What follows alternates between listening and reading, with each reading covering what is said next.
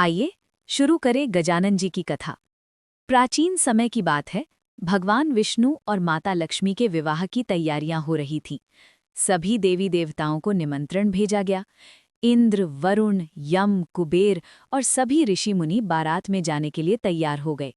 जब बारात चलने का समय आया तो देवताओं में एक चर्चा छिड़ी कि गणेश जी को नहीं बुलाते हैं। कुछ देवताओं ने कहा, गणेश जी बहुत ज्यादा भोजन करते हैं, उनके लिए लड्डू मोदक का अलग से इंतजाम करना पड़ेगा। और उनका वाहन मूषक भी बहुत धीरे चलता है, जिससे बारात को देरी हो सकती है। सबने मिलकर तय किया कि गणेश जी को निमंत्रण तो देंगे, पर उन्हें बारात में साथ नहीं ले जाएंगे।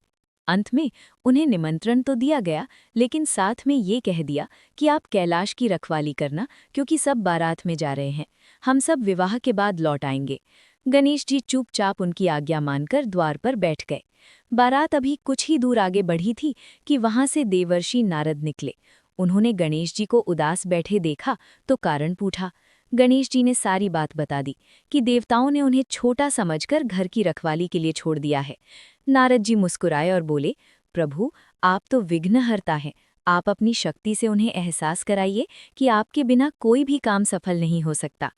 गणेश जी ने अपनी मूषक सेना को आदेश दिया कि जाओ और बारात जाने के रास्ते की जमीन को अंदर से खोखला कर दो। जैसे ही भगवान विष्णु का रथ उस रास्ते से गुजरा, रथ के पहिए जमीन में धंस गए। फिर क्या, बड़े बड़े वीर योद्धाओं आए और अपनी ताकत आजमाई, पर पहिए तो टस से मस नहीं हुए। सब थक हार कर बैठ गए। तभी वहां से एक गरीब किसान अपनी बैलगाड़ी लेकर गुजर रहा था। देवताओं ने सोचा, इससे भी मदद लेकर देख लेते हैं। उन्होंने उस किसान को बुलाया। किसान ने मन में गणेश जी का स्मरण किया और जय गजानन कहते हुए जैसे ही पहिए को हाथ लगाया, पहिया तुरंत बाहर निकल आया। सारे देवता चकित रह गए। उन्होंने किसान से पूछा, तुमने ऐसा क्या चमत्कार किया? हमसे तो ये पहिए हिल तक नहीं रहे थे। किसान बोला, महाराज, मैं तो सीधा साधा आदमी हूँ। मैंने कोई चमत्कार नहीं किया। मैं तो बस अपने हर काम से पहले गजानन जी का नाम ले लेता हूँ और वो काम अपने आप ही हो जाता है। आज भी बस यही किया मैंने, पर आप शायद उन्हें याद करना भूल गए थे, इसीलिए आप संकट में पड़ गए। देवताओं को अपनी भूल का तुरंत एहसास हुआ। वे समझ गए कि गणेश जी के बिना कोई भी मंगल कार्य अधूरा है।